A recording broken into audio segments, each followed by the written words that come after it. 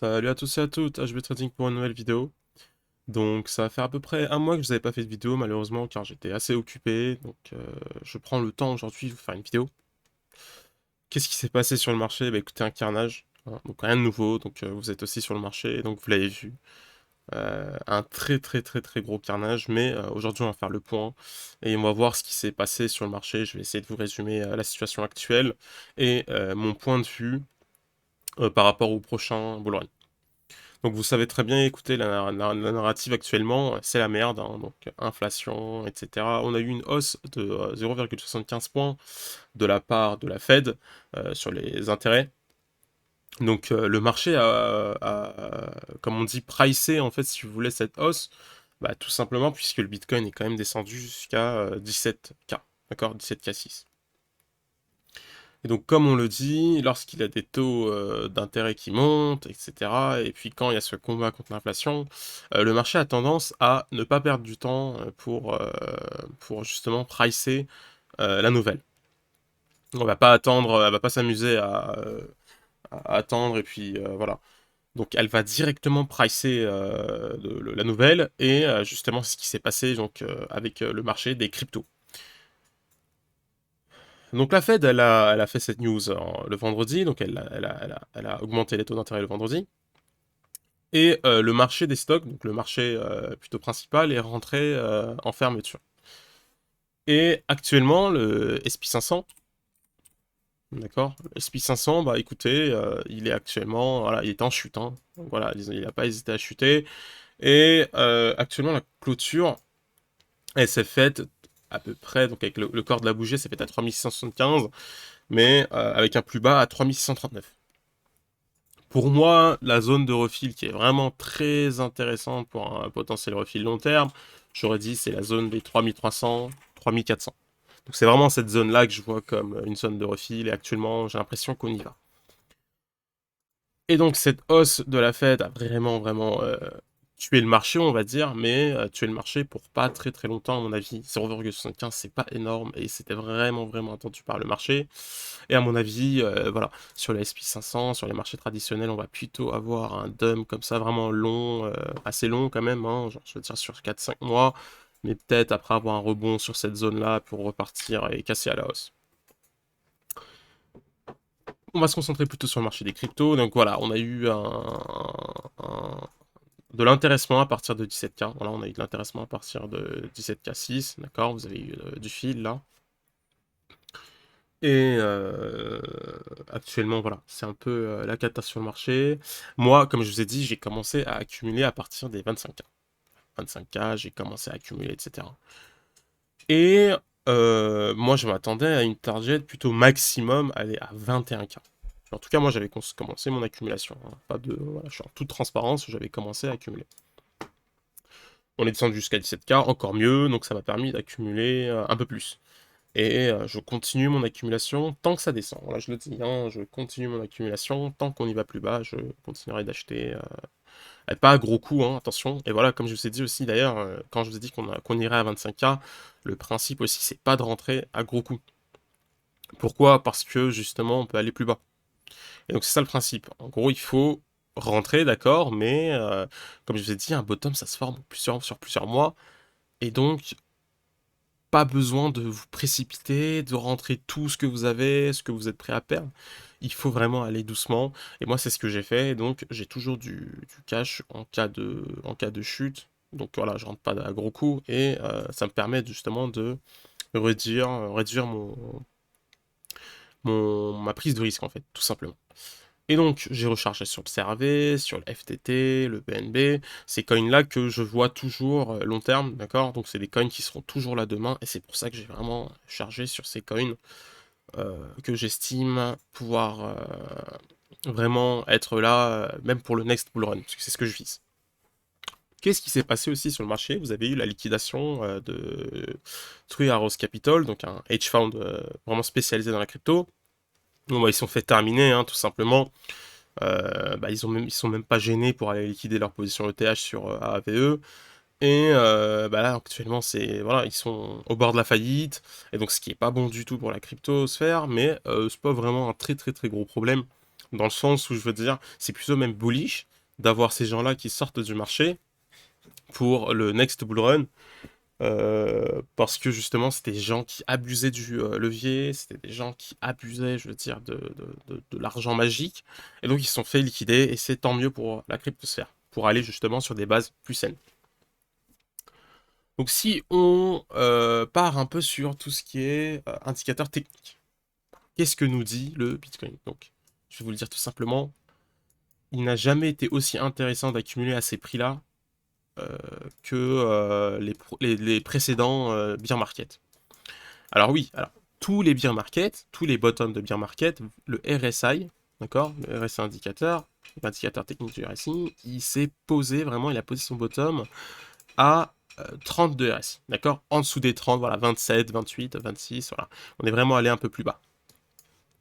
Le bear de 2018, pareil, voilà où était le RSI, vous le voyez, hein, pas besoin de faire un dessin, on monte, et regardez où on se trouve actuellement. On est revenu sur un RSI à 25. Donc, le RSI, il vous dit, attention, oversold. Il y a eu trop de ventes. Il y a eu trop de ventes. Et donc, il y aura prochainement de la pression acheteuse. Parce que les vendeurs ne sont plus capables de vraiment vendre en continu. Donc, actuellement, vous avez de la pression vendeuse à peu près. Mais attention, le RSI, il peut vraiment aller même descendre jusqu'à 16, 17, 18%, où il peut vraiment rester avec des rebonds très longtemps, des rebonds de ce genre-là. Il peut rester vraiment, vraiment longtemps en dessous des 30%. Et donc, il faut faire vraiment, vraiment attention. Ne pas prendre cet indicateur comme vraiment le signal seulement et tout. Et donc, il faut aussi, par exemple, se servir de BTC Tools. Voilà, c'est un indicateur que j'utilise vraiment très souvent et je vous fais chier avec ça de ne pas utiliser alternative.me, mais l'indicateur de BTC Tools. Et actuellement, il indique une FIR à 15%. Et vous avez vu les précédents bears, les précédents bottoms, même de courte durée, hein, c'est-à-dire qu'on a eu un bottom vers, vous savez, le, euh, le 5 décembre 2021. Le 5 décembre 2021, on était à peu près, voilà, on était à peu près, excusez-moi, on était à peu près là. Voilà. Un peu. Le 5 décembre 2021, on était là. Et le FIR, il était à 22. Quand vous avez eu un FIR à 22, bah là, ça avait beaucoup, beaucoup acheté, on était remonté. Mais en tout cas, euh, actuellement, l'indicateur indique vraiment une vraie valeur en disant que voilà, on se retrouve à 15.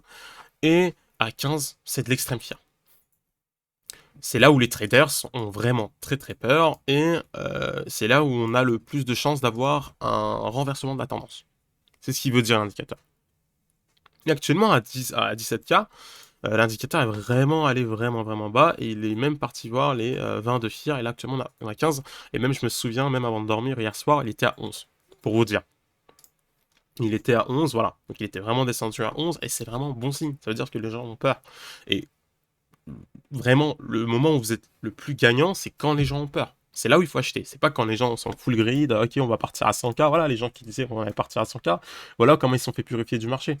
Ça allait très vite, hein. Paf, paf, paf, boum, on dégage tout le monde du marché. Et actuellement, là, les gens, ils ont peur. On arrive à un prix tellement intéressant, mais les gens ont peur de rentrer. Ils se disent, ouais, mais en fait, finalement, moi, je vais rentrer à 15K. Si on est arrivé à 17K, pourquoi on n'arriverait pas à 15K? Alors, moi, comme je vous dis, on ne pourra jamais prédire le bottom parfait. On ne pourra jamais dire ça, c'est le bottom. Les 15K, c'est le bottom. Vous ne pouvez pas avoir un trader qui vous dira parfaitement là où se situera le bottom. C'est pas possible. Et donc, pour moi, moi, je le vois pas comme une erreur d'être rentré à 25K. Personnellement, je le vois pas d'être comme une erreur. Et j'ai vraiment rentré un bon montant. Mais je le vois plutôt comme une peur de rater le train. Donc voilà, j'avais cette peur de rater le train, mais je ne le vois pas comme une erreur. Moi, personnellement, je ne le vois pas comme une erreur. Et donc, je suis toujours dans cet objectif d'accumulation. Je continue, plus ça baisse, plus j'achète. Mais moi, je ne le vois pas comme une erreur. Les gens qui ont fait une erreur, c'était de penser qu'on aurait un Bitcoin à 100K avec le contexte macro actuel. Et non, on n'a pas eu un BTC à 100K. Et c'est là qu'ils ont fait l'erreur. C'est que ces gens-là ont été bloqués ou ont été forcés de vendre. Et donc là, on réalise que même les grosses compagnies sont forcées de vendre quelques bitcoins. Et donc c'est là, moi je parle de capitulation. Et c'est là que je parle de vraiment de peur sur le marché. Les gens ont vraiment peur. Et c'est là que j'achète la peur. Bon. Le BTC, il peut descendre à 12K que moi je continuerai d'acheter. Vous voyez ce que je veux dire? Mais plutôt que de rentrer là, moi je suis rentré là. Je suis rentré là. D'accord? Je suis vraiment rentré dans cette zone-là. Et donc, tant mieux. Tant mieux. C'est-à-dire que voilà, les gens ils ont un divisé par 8 de leur portefeuille. Voilà, leur portefeuille a été divisé par 8. Moi, mon portefeuille a été divisé par 2, 3. Donc je peux encore encaisser. Il n'y a pas de problème. Et donc voilà, plutôt pour le RSI, c'est propre, hein, on arrive sur un potentiel bottom. Les gens attendent plutôt une configuration parfaite du genre, voilà, pose de bottom de cette façon-là, d'accord? On va plus bas, ok, chercher de la liquidité, on s'arrête là à 16K. Moi je sais que mon ami il attend ça. J'ai un ami qui attend plutôt les 16K et il attend une configuration de ce genre. Un bullish, un bullish reversal. En gros, ça serait une divergence sur le RSI. Vous aurez le prix qui fait ça, d'accord? 2 points, donc comme ici, un prix qui s'arrête là, mais le RSI qui indique justement une hausse, d'accord? Et donc, c'est ce que mon ami attend plutôt sur le RSI avant de rentrer plutôt long terme. Mais la raison, écoutez, c'est vraiment, moi, à mon avis, voilà, si vous n'êtes pas encore rentré sur le marché, attendez mardi. Attendez mardi, attendez lundi et mardi, puisque c'est à ce moment-là que les marchés traditionnels vont ouvrir, et c'est là à ce moment-là que vous ferez une idée un peu du sentiment sur le marché. Est-ce que les gens sont plutôt pour un rachat? Est-ce que les gens sont plutôt pour une attente? Est-ce que les gens se mettent plutôt de côté? Puisque si le marché des stocks ouvre en négative, c'est pas bon signe. C'est-à-dire on va aller un petit peu encore creuser sur le marché des cryptos, mais on va pas creuser très long, attention, hein. C'est pas parce que le SP 500 il va aller à 3400, 3300 dollars que forcément le marché des cryptos va aller à 15K, 14K. Faut faire attention puisque c'est deux marchés différents, d'accord, il y a un suivi de trend, hein, les deux marchés se suivent, mais ça veut pas forcément dire que parce que le SP 500 il a baissé de 300, le Bitcoin va baisser de 3000. Faut pas le voir comme ça, très attention sur ça. Et voilà, actuellement, moi, voilà, le bottom, si tu dois le voir, allez, 15-16K, très bon bottom, mais moi, je continuerai de in. Voilà, on va pas me retenir de in. Si même on descend à 12K, si vous voyez le long terme, vous rentrez même à 12K. Vous voyez ce que je veux dire? Et donc, c'est pour ça que moi, je suis plutôt long terme et je vise vraiment le long terme en me disant que ce n'est que le début d'un prochain bull run et qu'on ira forcément visiter les 100K. Et voilà, ce n'est que le début et c'est une opportunité qui s'est présentée à moi et je la saisis tout simplement. Et donc voilà, pour moi, si on doit aller plus bas, alors 15K, d'accord, ok. Si on doit aller à 13K, tant mieux, je rechargerai, je rechargerai. Mais attention, ne vous dites pas que c'est mort. C'est pas mort du tout. D'accord? Les gens là actuellement, ils sont en train de turn bearish. Vous le voyez sur Twitter, vos influenceurs, il n'y avait personne pour vous dire qu'on allait partir en récession, qu'on allait partir en. Voilà, il y a des gens qui disent même on va partir dans une récession de dingue. Voilà, les marchés des cryptos, ça va exister, on va retourner à 6K, 5K. Donc moi, quand je vois ces prix-là, ça me fait rire. 600K sur le Bitcoin. Faut pas rêver. Faut pas rêver. Et moi, ça me réconforte un peu dans mon achat. Et justement, ces influenceurs qui turn bearish, alors qu'ils étaient vraiment très très bullish à 100K, moi ça me fait plaisir, je me dis, ok, ces mecs-là, ils se sont foirés une fois, ils vont se foirer une deuxième fois.